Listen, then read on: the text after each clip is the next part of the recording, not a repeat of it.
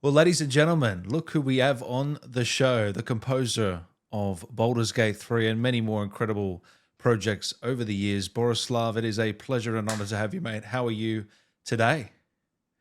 Thank you so much, Dan. It's a pleasure. And once again, thank you for your invitation. I was really looking forward to meeting in person. And now that we are already talking, I can say that all my expectations have been met already. You're too You kind, mate. look like a really kind and smiling person. And one of the reasons I love sharing the passion about video games and music is because I do this for life. I did quite a few changes in my life just to have a chance to develop myself in this direction. And that's why every time I meet someone like you, it warms my heart and makes me remember the very reason I started, this journey. Because I'm a master of computer science by education. Might come as a surprise for you. Well, so when did you start? 2001 was when video game composing Boris Yeah. Slav started. Is that correct? Yes, precisely 2001. And wow, that sounds frightening. Yes, but it's really frightening when I look back. But more than 20 years already. Back then, I was playing video games like crazy, and of course, I loved composing music. And the only way for me to combine those two passions of mine was just, one beautiful morning, I woke up and I, thought to myself, you know what? I really would like to make a career change in my life. Why not? And this is how my journey started in the video game industry. Yes, precisely 22 years ago. What made you make that change? Is it just follow your heart? Life's short, follow your Yeah, heart. Yeah. yeah, follow my heart. I mean, I think it might sound like a cliche, but personally, that's not the case with me. I firmly believe that one of the most important things in life is that we should stay faithful to our hearts, because I think that's the only thing that truly belongs to us. Wouldn't you agree? I mean, Mm. whatever we do, wherever we go, our heart is still and loyal, right? And we should not betray our hearts. And 20 years ago, I was still working as a IT specialist back then. As my full-time job back then was IT specialist. And one beautiful day, I just realized that I really cannot I cannot keep fooling myself. I really need to stay faithful to myself. And I said, enough is enough. That's the moment I'm gonna change my path, and I'm gonna start develop myself as a composer, because that's the only way for me to compose the two most important things in my life: music and video games. But what was it about composing and music that drew you in so much? Was it just that creative aspect to it? Well, love and passion for music has always been there ever since I remember myself. I mean, it's video games came a tad later, years later, but ever since, when I look back into my childhood, I always, enjoyed listening to music, playing guitar, dancing in the rain, if you like. I mean, everything that's connected with music. And but I never had a chance back then to study and to get a classical musical education, because the environment, the family, and everything in my world and life back then was gently pushing me in a different direction. So it took quite some time before I could take life in my own hands and start taking the decisions I always was craving for. But yeah, going back to your question, music has always been there. And how did that first opportunity come about on that first video game that you worked on? Oh, it was quite a hilarious moment, by the way. Back then I had absolutely no experience whatsoever. I was just playing a guitar, and I was just, the music was just a hobby for me back then. Mm. And I was very brave in the moment I heard about opportunity, a brand new studio opened doors in my home city of Sofia. And I thought to myself, that's a great opportunity. I believe I can provide a music for these guys. With a very bold, step and a big smile on my face, I Yeah. literally kicked in the office of the guys, saying something stupid like, "Hello, guys, I'm your composer." Of course, I knew the guys back then. I knew the CEO. I knew the founder of the studio. He was a friend of mine back then. But nevertheless, I mean, it was a hilarious moment, and I would never forget, the look on their faces and the big smile they gave me back.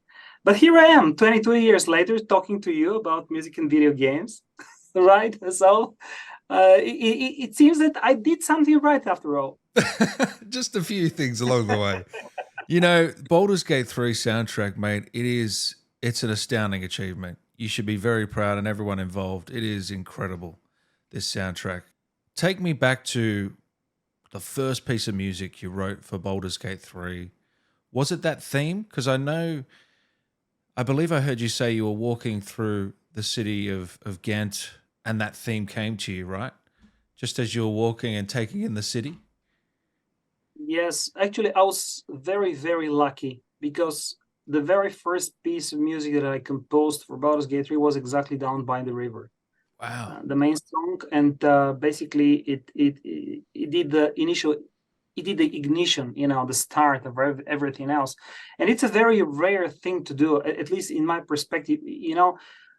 The very process of exploring and looking and searching for the main theme usually does not come that fast, to my experience, if you know what I mean. I mean, sometimes it takes much more time to immerse yourself, to inspire yourself, to look around until the moment you find it, because it's basically the most important piece of music in the score, from my perspective. Because one of the things I tend to do when I produce music for video games is that whenever I believe that I have found the main theme, whenever I believe that this is the theme that could be easily scaled in any given direction, up, down, to make it romantic or epic, dark, or joyful and playful, that's the most important thing for me, then everything goes easy from this point on, more or less, because I have the seed. I just need to put it in the soil, and I know that it's gonna become a really beautiful plant, musical plant or something. I'm talking bullshit already. No, you're not. No, you're not. But I'm just trying to express myself in English as much as I can. And yes, Down by the River was the very first theme and song that I composed, and I consider myself extremely lucky. It was a really funny moment as well. I don't know if you had a chance to see the video that I posted like a couple of weeks ago. The moment I was singing the very song in front of all Larian Studios directors. Isn't that intimidating? Not if you're drunk.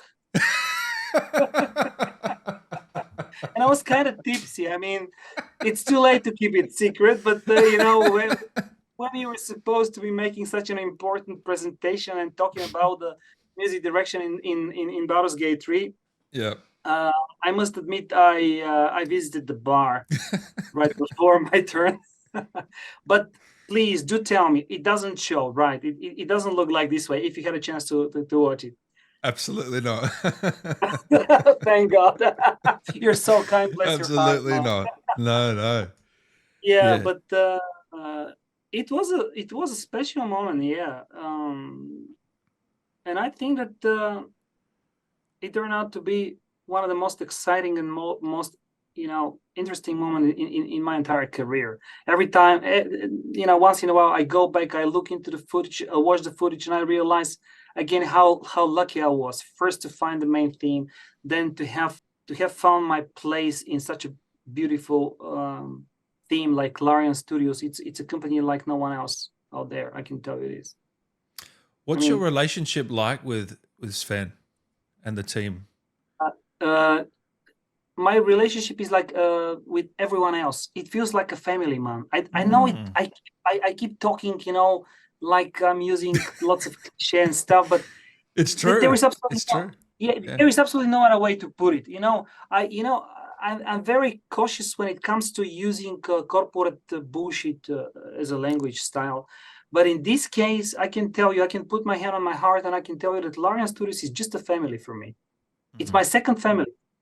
It feels this way simply because I've been around. Obviously, 20 years is not. I mean, it's quite a. It's not a quite short some amount of time. time. Yeah. It's not a short amount of time, and I've worked here and there, and I know things. But the moment I had a chance to join Larian Studios, I realized that there was no other place like this one, simply because the culture there is very special. It feels like you're like a band of brothers. Like we are like a bunch of cowboys, at least at the beginning. That was the feeling for me. I mean, imagine you're with your gang and you're like, let's do it. I mean, I have an idea. Yeah, I love it. I have another one.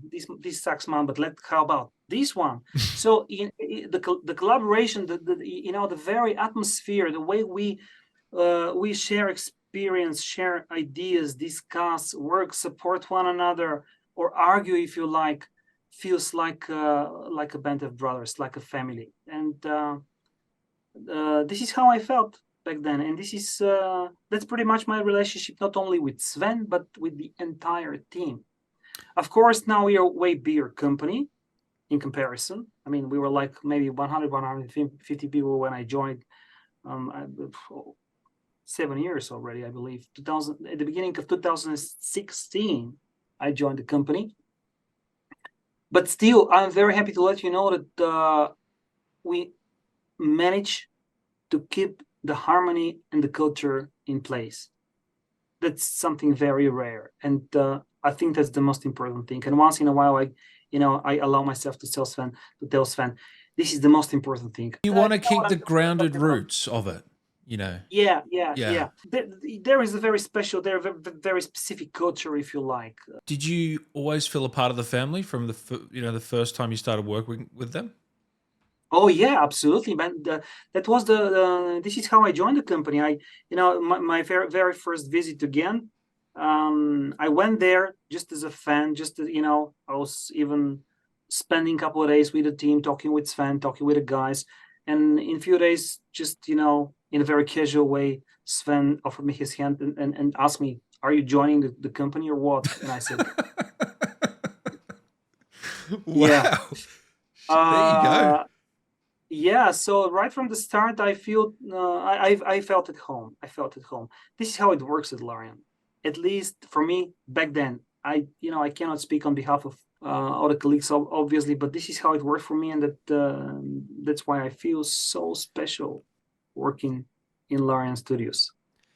How do you tackle something like this? A game this big, a soundtrack this big. How do you even? Is it one day at a time, one track at a time? How do you not get lost in the scope of it all? No, it doesn't work that way, but that's a really beautiful question. The scope is intimidating. So much is certain. Yet, again, it's about culture.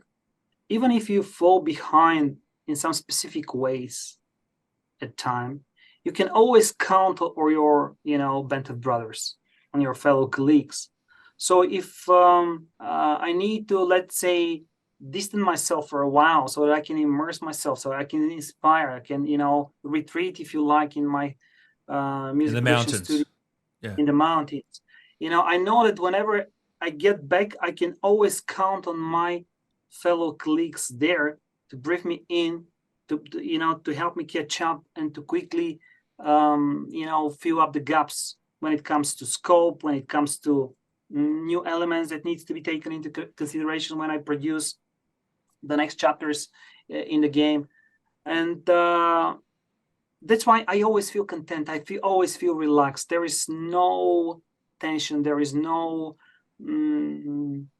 uncertainty, if you like. It doesn't work this way. At least it doesn't for me, because even when I kind of, for whatever reason, I feel that I'm falling behind, I know that the moment I ask for help, the moment I need it, I'm going to instantly get it. With open heart, with open arms, with everything that I need, would be right there for me. So that kind of relieves the pressure a little bit. Yeah, not a little bit, but quite a lot, because you don't have to think about those things. You can stay focused on the creative part as much as you need, as much as you like, because ultimately, at the end of the day, what I truly believe is that no matter what we do, we need to enjoy the process of creation. It's not how to put it. I don't believe that if I don't manage to make myself emotional, I cannot expect to make you emotional at the end of the day. You know what I'm talking about. So that's why I take my time. I need to compose music that makes me happy or makes me emotional, that makes me experience whatever we need to elevate or support in any other way, in any given way in the game. So, yeah. Are they giving you certain scenes and you're reacting to those scenes and creating music?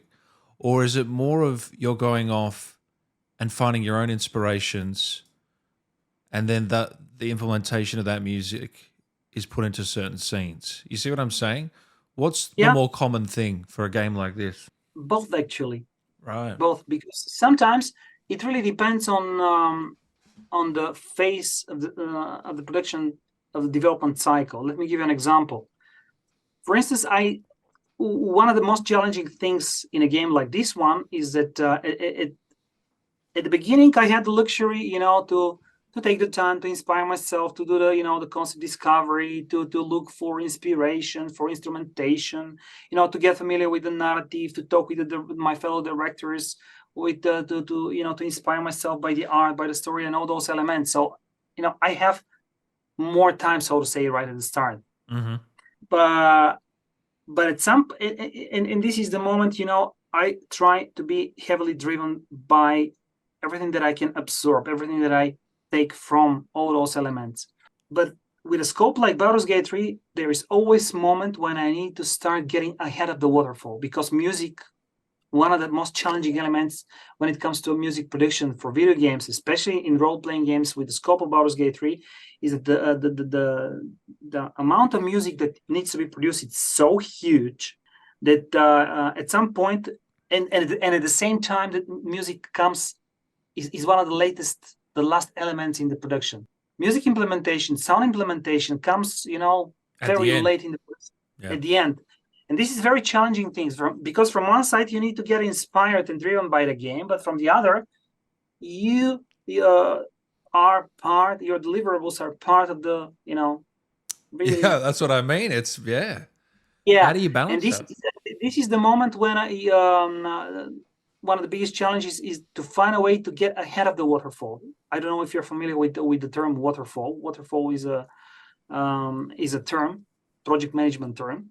But basically, yeah. So one of the most challenging things for me was to find a way to get ahead of the waterfall. So kind of to inspire myself to make a flash forward, if you like. I'm trying to find my, to express myself in English, but I think that's a good way for you to understand what I mean. Yeah. So it's easy when you have, the picture and you can inspire yourself and you let yourself be driven by the game. Okay, that's cool. But what do you do when the picture is not there yet? Yeah. That's exactly right. Then you need to find your way to make this flash forward and to get, to look into the future. And this usually happens through a lot of discussions, a lot of conversations, a lot of, sharing of ideas with fellow colleagues, to the point that, I have enough information, to the point that I believe I know everything that I need to know, and I'm ready to immerse myself, to get inspired, but the information that I managed to collect. And that's why, going back to your initial question, it's both ways. Sometimes when I'm lucky, I can let myself be inspired and driven by the game itself. Sometimes I really need to find a way to make flash forward, to collect enough information, and to look, to let my gut feeling, my instincts, and my vision lead me, if you know what I mean. But do you prefer any one way or another? No, because they both have their specifics, and they feel completely different, and ultimately they excite me in a different way. But I would prefer to have it both ways, because Really? Because it gives variety, it gives the diversity. And when I look back and when I listen to each and every piece of music that I produce, I know just by listening to those pieces of music what was the driving force there. Really? Yeah. Yeah, and I believe that one of the reasons there are so many colors in our music, in Larian Studios music, is precisely that is the reason. Because our games are so big that you basically need to find your way when you're one of the last elements in the development production cycle. But again, one of the most important things is that the family that I was talking about a few moments ago. When you are well connected with your fellow colleagues, this helps a lot. I mean, I don't believe I would be able to do it if I wasn't so much and so well connected with all the people in Larian, because they help me. At some time, I don't have the information, and then I start talking to different guys, and I say, you need to tell me what is it all about. Where are we going to? Please make me feel, make me believe it, give me the all I need to know so that I inspire myself, immerse myself, and grab my guitar and start singing or dancing or whatever. And I can always count on my people. So that's why I'm always going That's back awesome. to the very foundation, to the pillars of this relationship that I have with. How important is implementation of music in Oh, games? oh boy, that's a Yeah, good. I knew you'd say that. I think yeah, that's a beautiful question, and I believe it's critically important. One of the things that I'm used to saying to my students is that even the most beautiful and the highest quality soundtrack can easily be ruined by bad music implementation. Mhm. And the other way around, if you are even if the soundtrack is not the next genius thing or whatever, it's just okay. If it's very elegantly implemented, very professionally and very competent, if you know what you're doing, it can still add a good amount of value to the game at the end of the day. So going back to your question, it's one of the last but most important parts in the music production. And this is one of the reasons I actually decided to develop myself not only as a composer, but also as a music director. That's why, I reacted so, positive to this beautiful question of yours.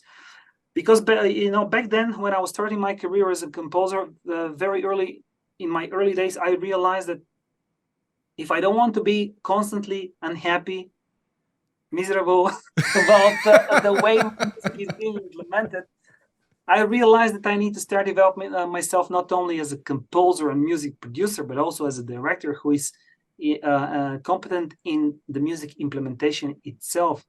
And again, I consider myself quite lucky that I managed to realize this quite early in my days back But you're then. giving yourself double the work. Yeah, I know, but that's absolutely the only way, at least for me, to make sure that whatever I compose and produce is going to be implemented The right in way. Yeah. the right way. Thank you Yeah. so much. The right Yeah. way. Yeah, and this is why I tend to design the music systems myself, because when I get familiar with the narrative, when I get familiar with the game direction, um, uh, who, if not the music director, would know Yeah. what Exactly. music systems we would need in order to support the narrative design, the gameplay, and the game direction.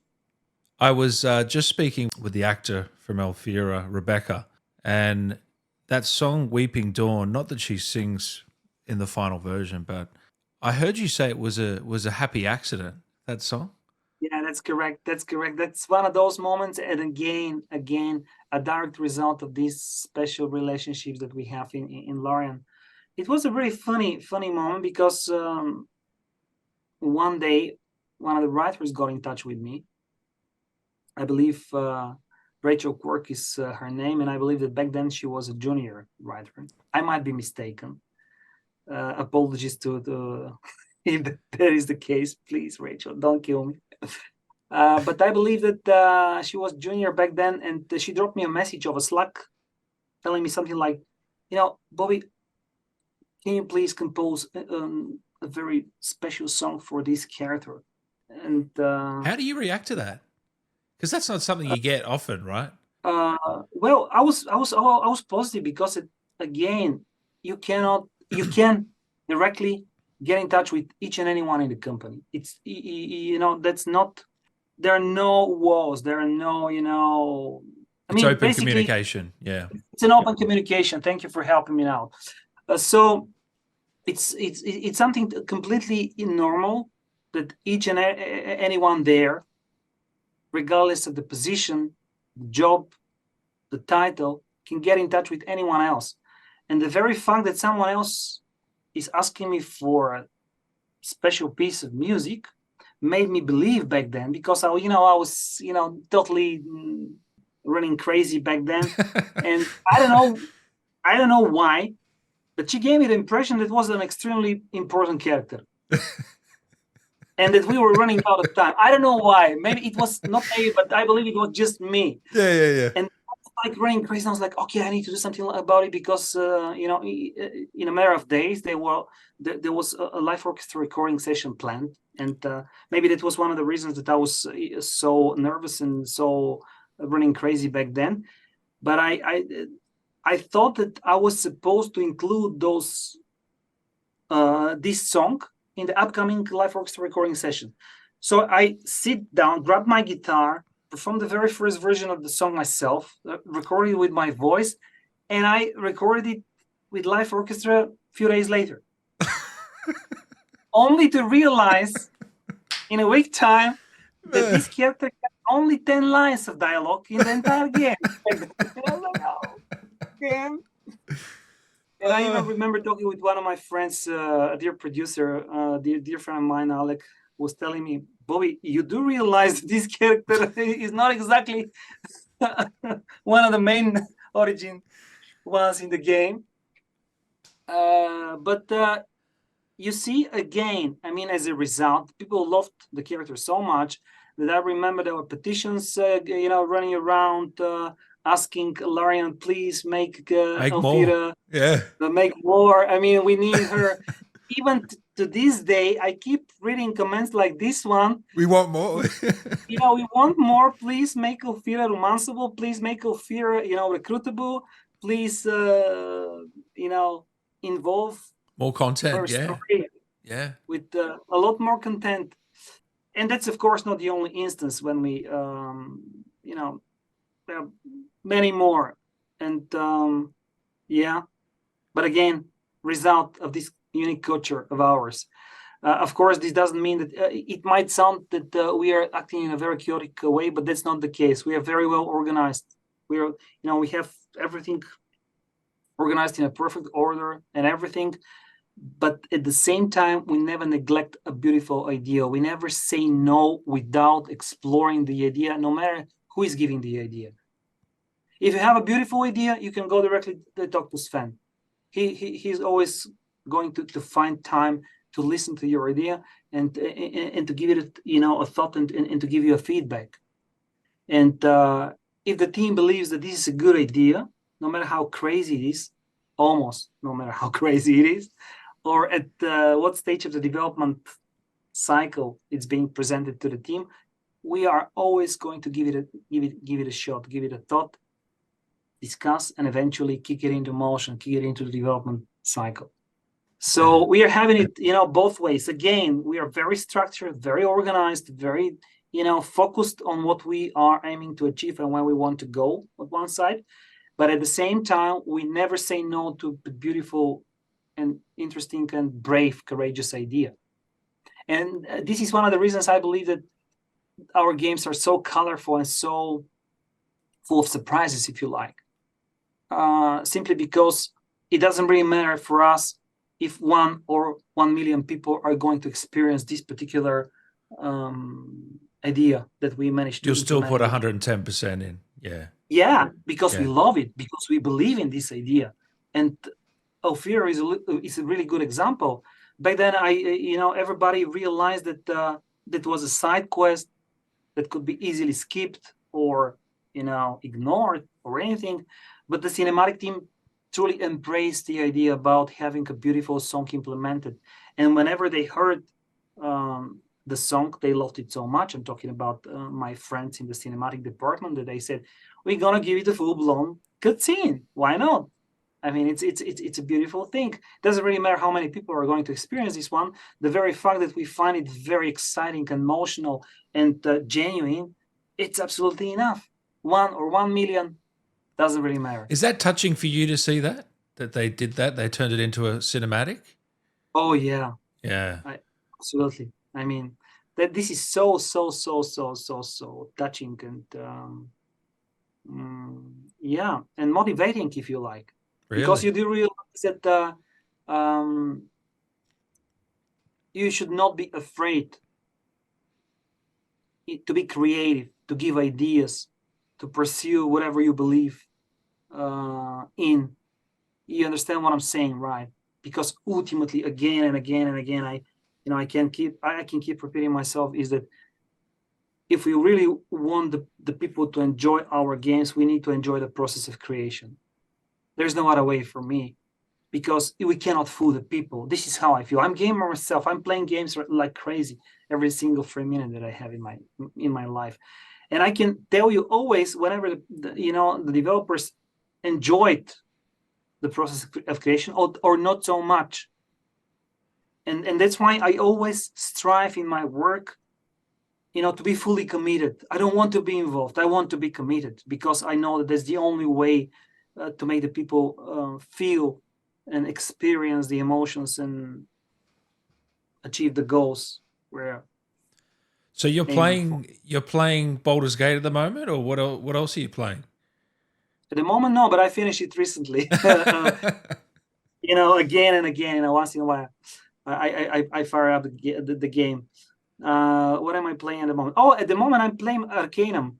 I went back to this gem, a beautiful game from my youth, and I love it. I absolutely love it. I found some patches that give the game a decent modern look. I believe higher resolution pack and some other a bunch of patches. And I can tell you, man, I'm already logging like 50 hours in the game, and I absolutely love it. Makes me feel young. What is it about that's got you back in? Is it the nostalgia factor? What is it? It was not the nostalgia. I was wondering, is there any other game that would give me a similar vibe to Baldur's Gate 3? Is there any other game that would make me feel so much immersed, so much involved, so much part of the world? And I was checking my backlog and the games that I finished over the years, and this is how I realized that Arcanum would be perfect choice for me to spend some time with. What's next on the backlog?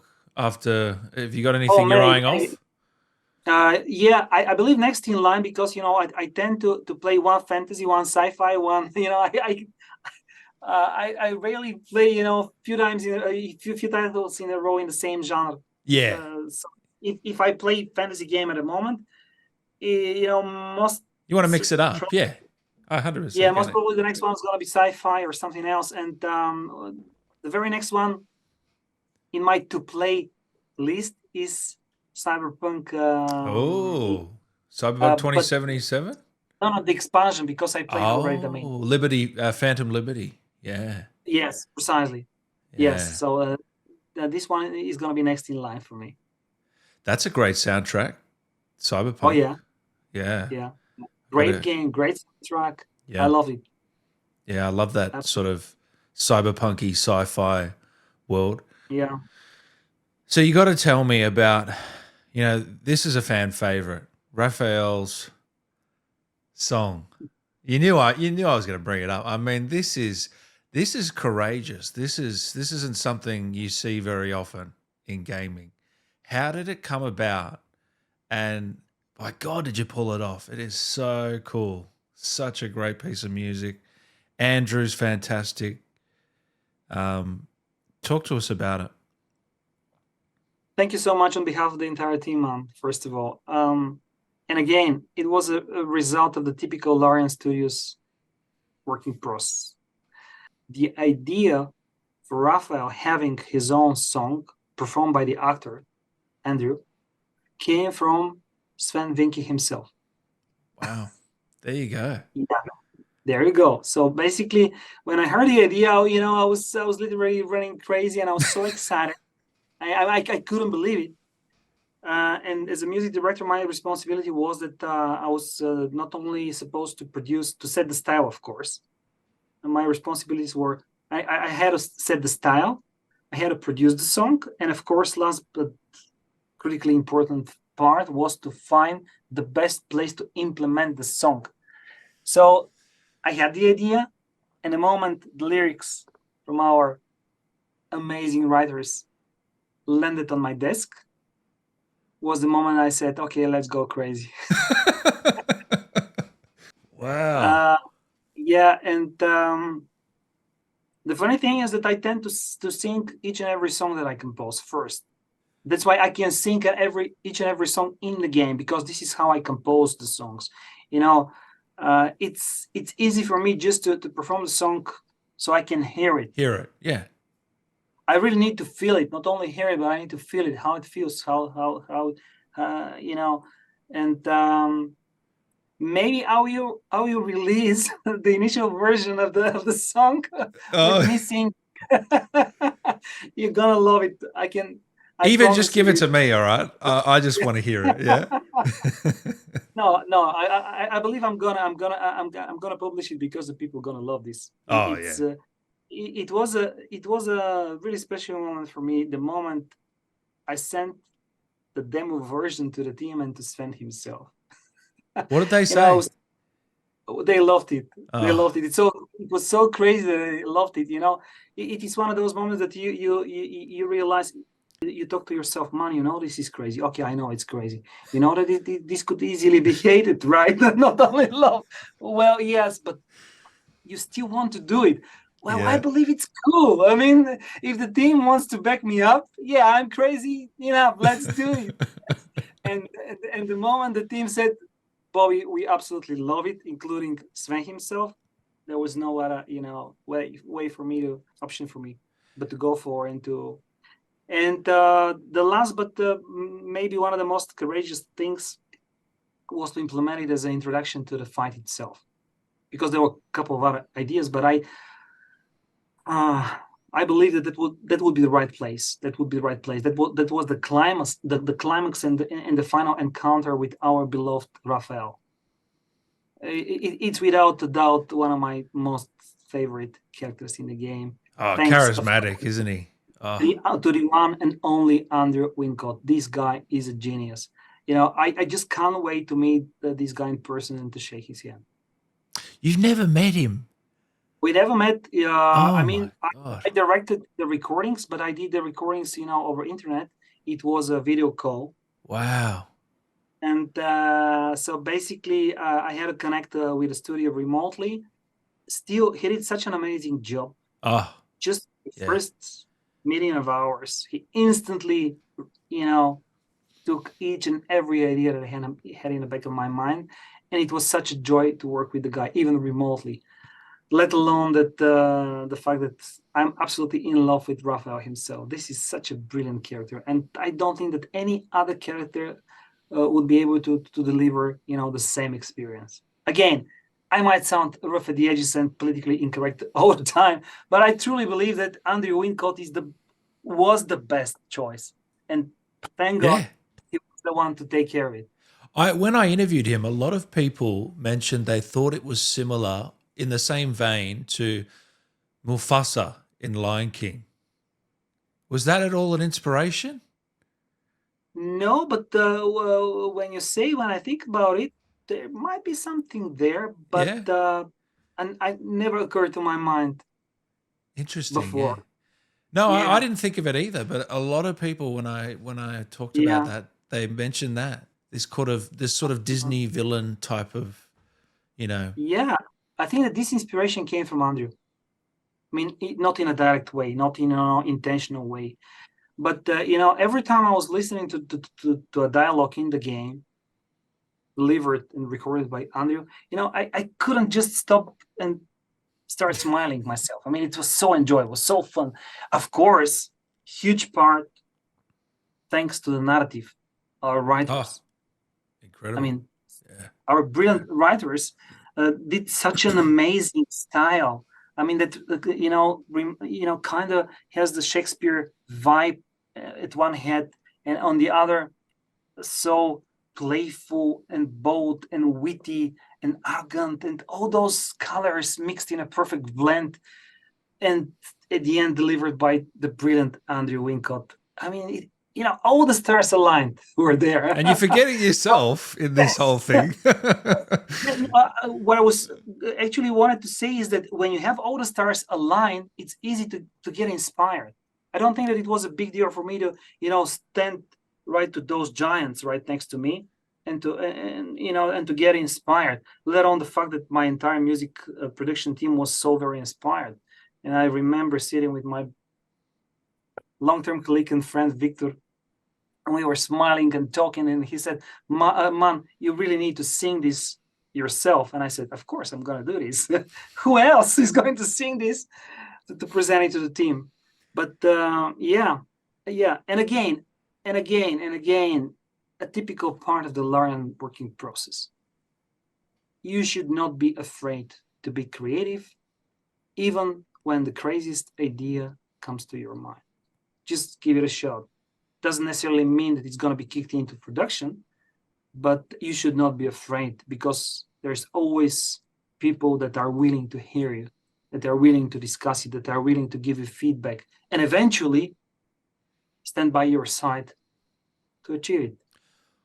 What made you go for organs? Because it's so perfect, that those organ sounds in that song. It's the perfect... I believe you know. Don't fool me. Don't fool my leg. We're talking about the devil, right? I mean, yeah, he does have 666 health. Yeah.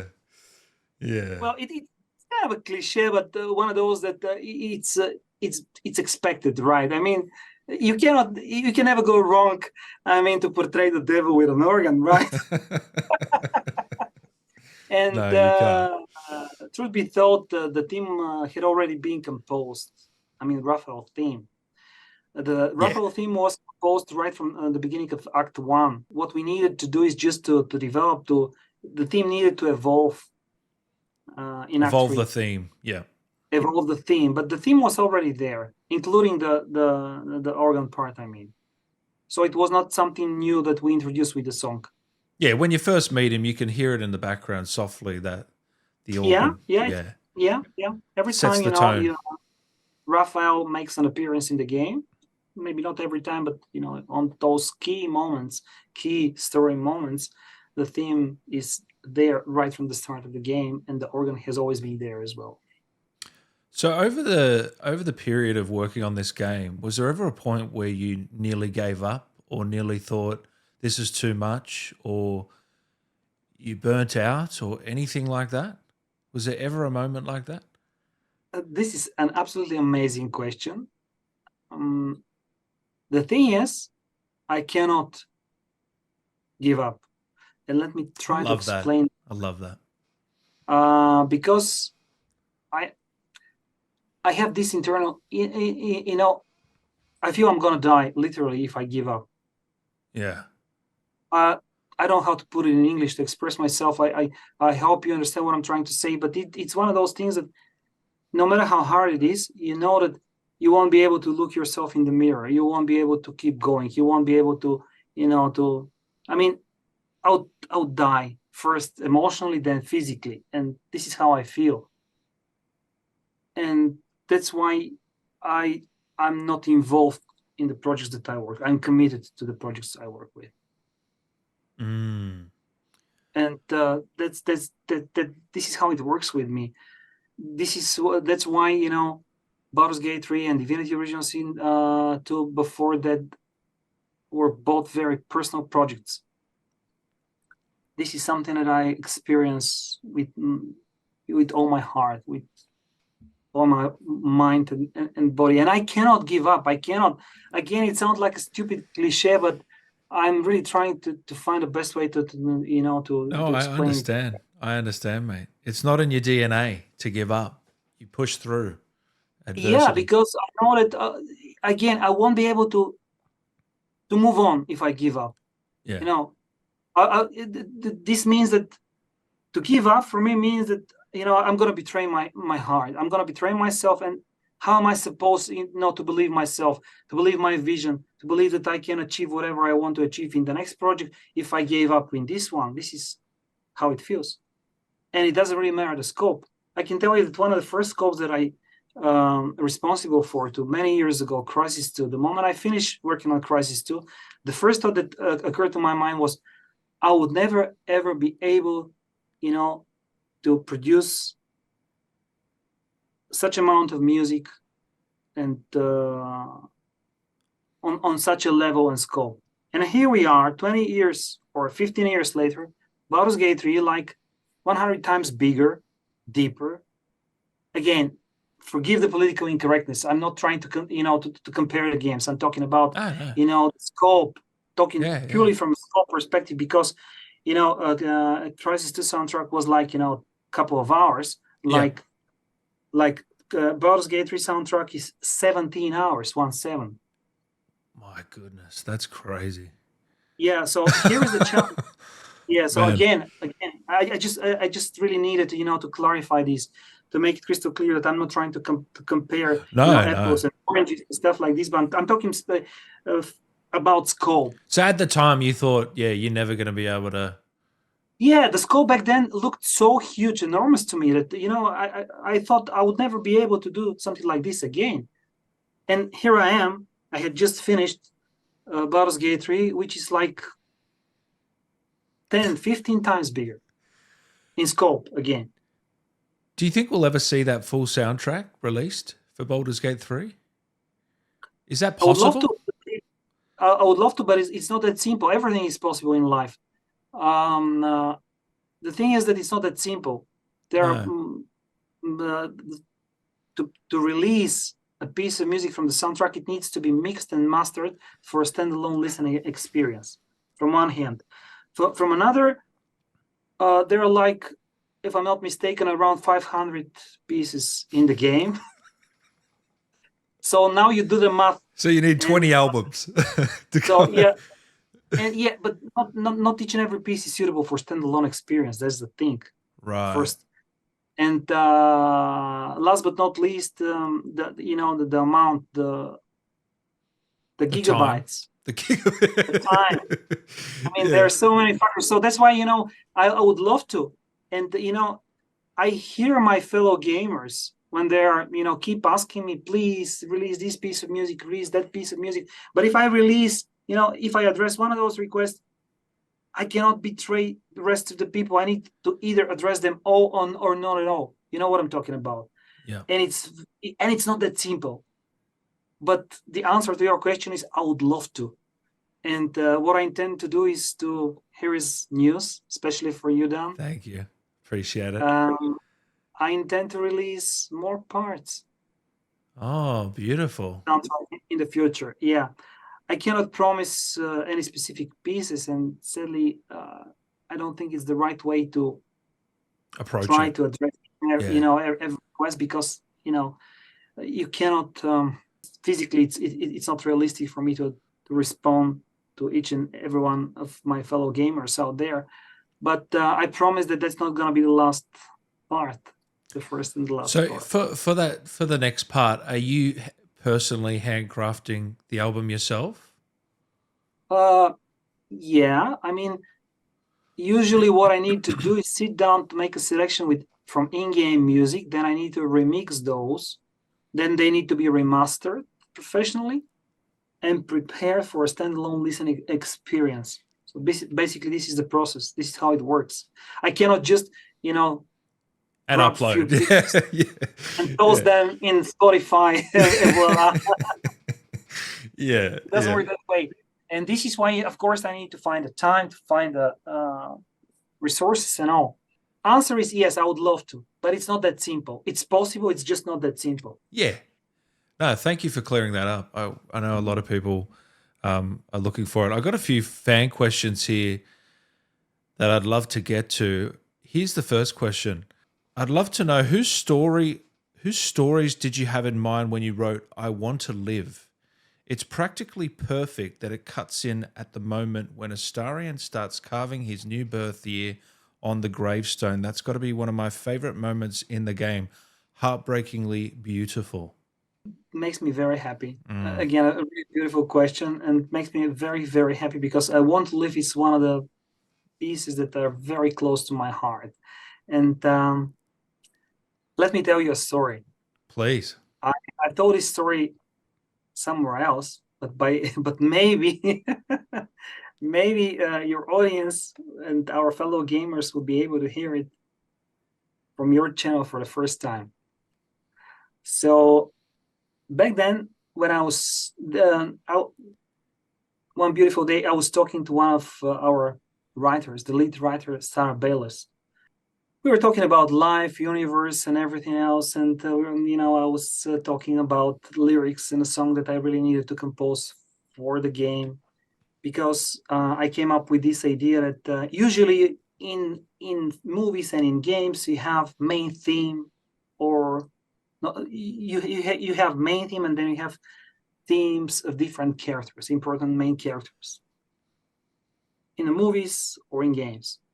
But I remember I was thinking, how about if we have not only main theme, but player's theme? How would that sound? Something that would accompany your own adventure, something that would give you comfort and support you and make you feel that you're not alone, give you this personal touch and perspective, intimate touch, if you like. And I remember Sarah asking the question, "It sounds very good. Let me ask you something. How do you feel in life in this particular moment?" And then, without giving any other spoilers, I told her how I feel, what I was, going through, my struggles, my battles, my ups and downs. I opened up my heart, and I told her a few stories back then. She thanked me, and a few days later, she sent me the lyrics. And you can imagine the smile on my face when one of those lines were reflecting some of the things that I told Sarah. Man. So going back to your question, one of the very reasons that I Want to Live is so dear to my heart is because some of my personal story is being reflected and engraved there as well. Of course, the main goal of the theme is as well that this is player's theme. And every time when somebody says, "This is perfect for Carl," no, this is perfect for Astarion, no, this is perfect for my stuff, it always makes me smile, because it makes me realize that I managed to achieve what I was aiming for. This is your theme, guys, and it's always good. It doesn't really, matter how you feel about it, as long as you manage to identify yourself one way or the other with this theme, as long as you manage to feel it, to let her in your life, in the game. That's your theme. What an amazing story. Were you emotional when you got those lyrics? You can say that simply because and as I told you a few moments ago, I sing each and every song that I composed, and the very first version was entirely performed by me only. Before, of course, I invited the female singer Ilona to join me in the recordings, because I realized that it was going to be way more impactful and way more versatile, and would give way bigger freedom if it's performed as a duet in its final version. Because ultimately what I wanted to achieve with the song was to give you the emotional playground to open your heart and to identify yourself with the theme at the end of the day. And I believe if you go behind his Starion's camp, the song plays. Is that right? Yeah, that's an Easter egg that I implemented. That. Did you? Wow, that's so cool. Yeah, yeah. I was hoping that the people would find it, and it took them but a day, and it made Sounds me, right. Yeah. of the moon of joy when I read for the very first time that they found the song right behind the tent, climbing on the rock. But yeah, very special theme, and very dear to my heart. So a lot of people have asked your favorite track, which it feels like it's impossible for you to pick a favorite. It's like, who's my favorite child? You can't really do that, I can have you? one. I have one. Oh, you do have one. Yeah, I have You one. Yes. do. Okay. Yeah. Well, yeah. I cannot lie to you, can I? No, you can't. Tell us, please. You'd be surprised, by the way. My favorite song done is Bard Dance. Oh, of course.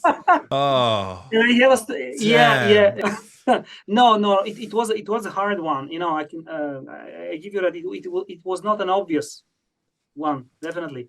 You know, I was surprised myself when I realized that it's one of my most favorite pieces at all. I don't know, it's so playful. It always makes me, sing and dance. Yeah. It and it kind of reminds me again of my early days in the video game industry. Back then I was composing way more songs in this particular style, and maybe that was one of the reasons. And last but not least, there is another story behind the composition of this song. The idea for the song came from Sven Vinke again. This Another guy's a story. genius, isn't he? He's a genius. He's a genius. I mean, that's why I keep telling you that, the flow of ideas goes back and forth all the time. Yeah.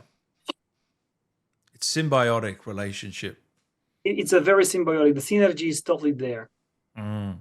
Have you seen the clip where they're on the edge? Someone's on the edge, and everyone's coming over and listening to the player, and then he just pushes them all, lure him with your music, Yeah, and then see you later.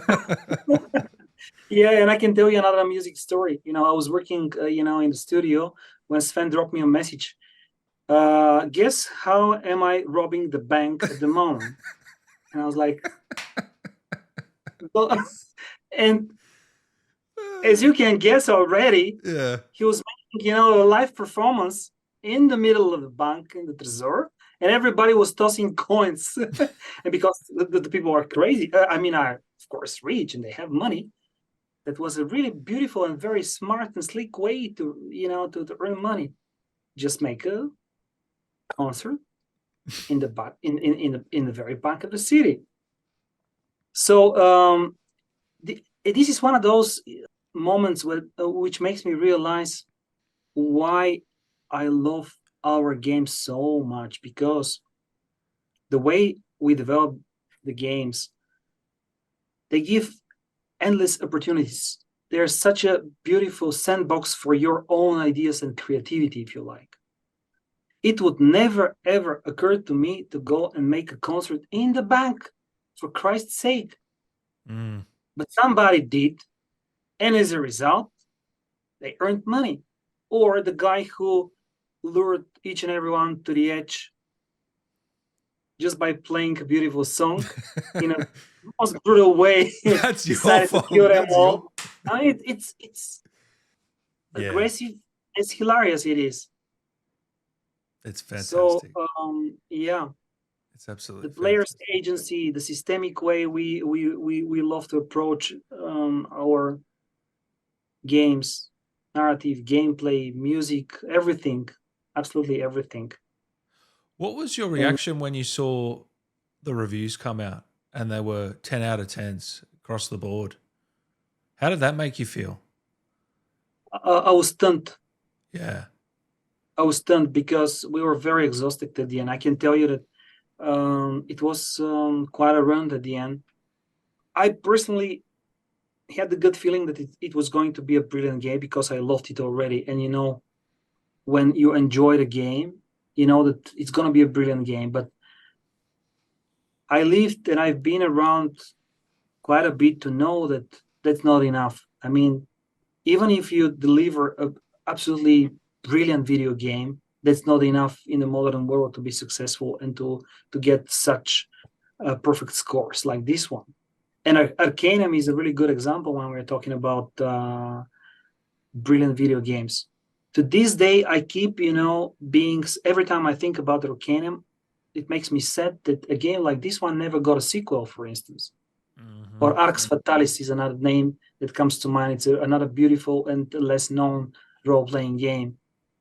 And I knew that the game was absolutely brilliant. I knew that the people would love it, but I had absolutely no idea that it was going to be such a critical success.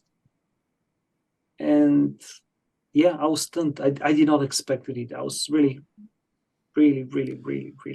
pleasantly surprised. I want you to know I did vote for you for the Game Awards. I'm hoping you win, man.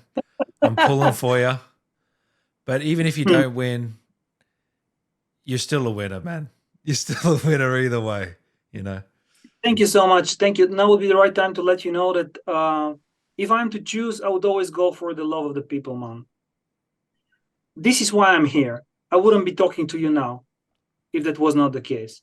And I know that you know that. Video games are something very special. This is why I don't believe that, you know, video games could be I don't know. I think that that's the reason why Larian is experiencing this beautiful moment in our lives, and all, because we are faithful to our hearts. We really love doing games. We are committed. We are not involved. We love what we do.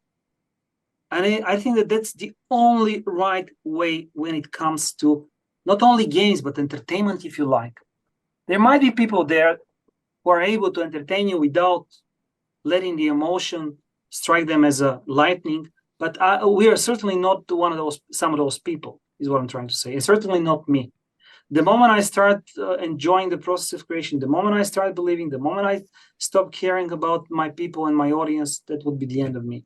It's not, you know, I changed a very lucrative profession in my life, become a video game developer for a reason, because it was not about the money. It was about being a video game professional. And that's why, you know, all those things, that they're interconnected with one another.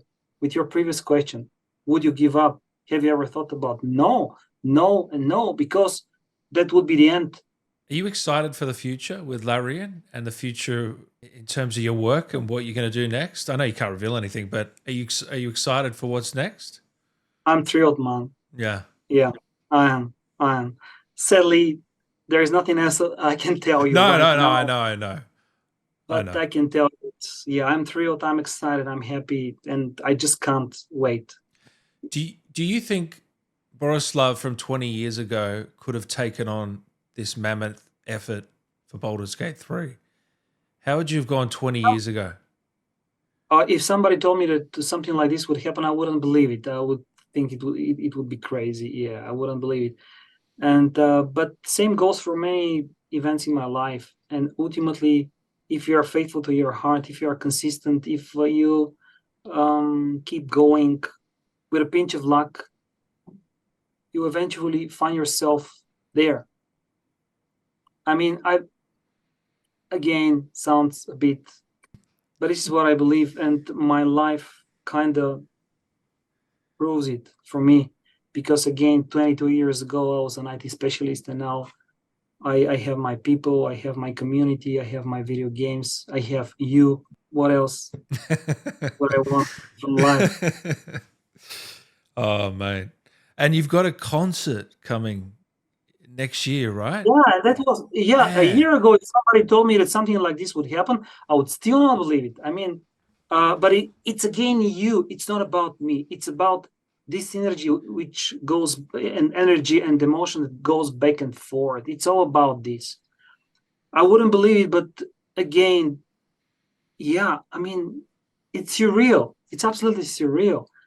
And the only thing that makes me get up early, you know, in the morning and jump into the studio and grab my guitar or do anything, because I know that whatever I have to say, whatever I have to play, I'm the happiest man on earth that I have my people and my audience there willing to give it a shot.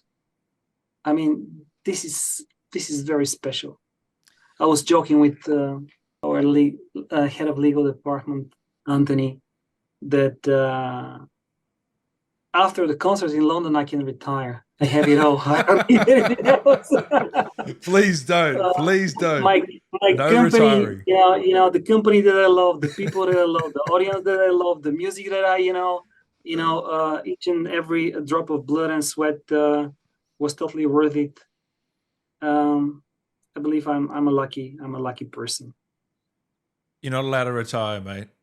I'm not. I can't let that happen. Selfishly, we can't let you retire just yet.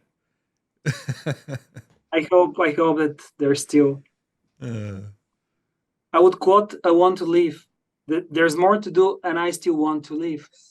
yeah, that's it. Love it. Is there anything, as we start to wrap up here, is there anything you would want people to take away from your work on Baldur's Gate 3? Is there something that you wanted to convey across the entire soundtrack? Or was it just for people to feel? I think that each and every emotion that I wanted the people to experience is already there. You know, I closely, I strive to be closely connected with the audience, with our community. And one of the things that makes me so content is the fact that each and every one of the community out there finds their own piece of music to relate to, or to move them, or to identify themselves with something throughout their own story. And this is the ultimate reward for me. This, you know, helps me, and it gives me the confidence that was the right path. And it was not always like this, I can tell you, because at the beginning it was quite stressing and challenging to set the direction in the first place.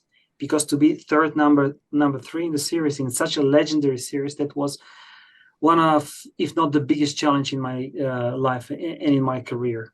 With Baldur's Gate 1 and Baldur's Gate 2, such legendary installment in the series, let alone the soundtrack, the beautiful music, beautiful, and now with the third installment, setting the vision, setting the approach, setting the pillars of the soundtrack was the biggest challenge and the biggest risk, if you like.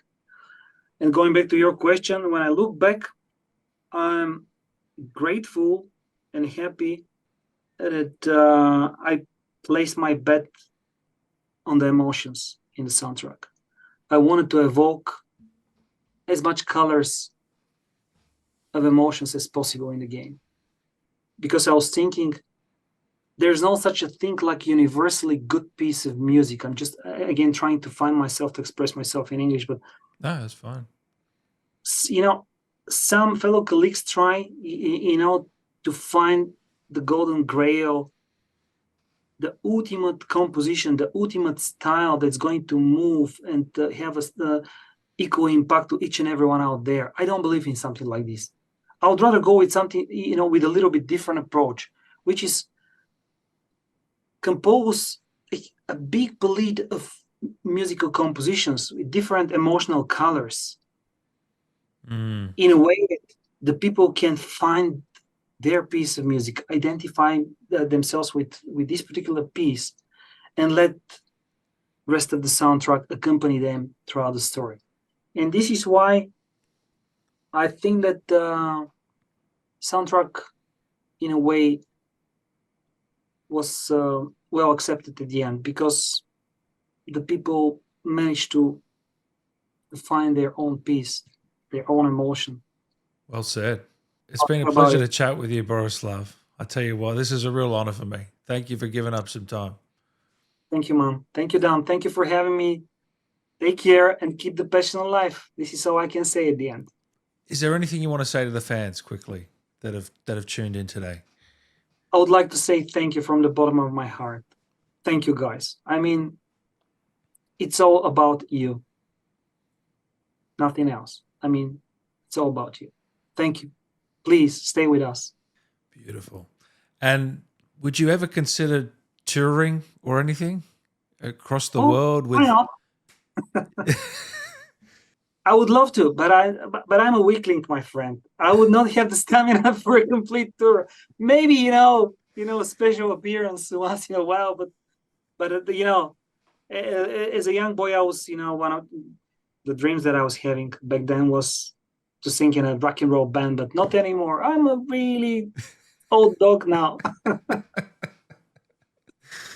Oh, mate. Thank you so much for taking the time, mate. We really appreciate it. Make sure to follow Borislav, guys, on Twitter and anywhere else, Facebook. Mainly Twitter. I mean, that's Okay. the network that I mainly use. Yeah. And you So and YouTube. And make sure to follow you YouTube, on of YouTube. course, yeah. YouTube channel was created especially for the community. That it was the sole reason I opened the channel in the first place, and it was opened like 2 years ago or even less. And there's millions of views flooding in every month from your incredible work and the team. And again, on behalf of all the community, mate, we want to thank you for an incredible soundtrack. And I can't wait to see what's next. Thank you, Dan. Take care and bye bye.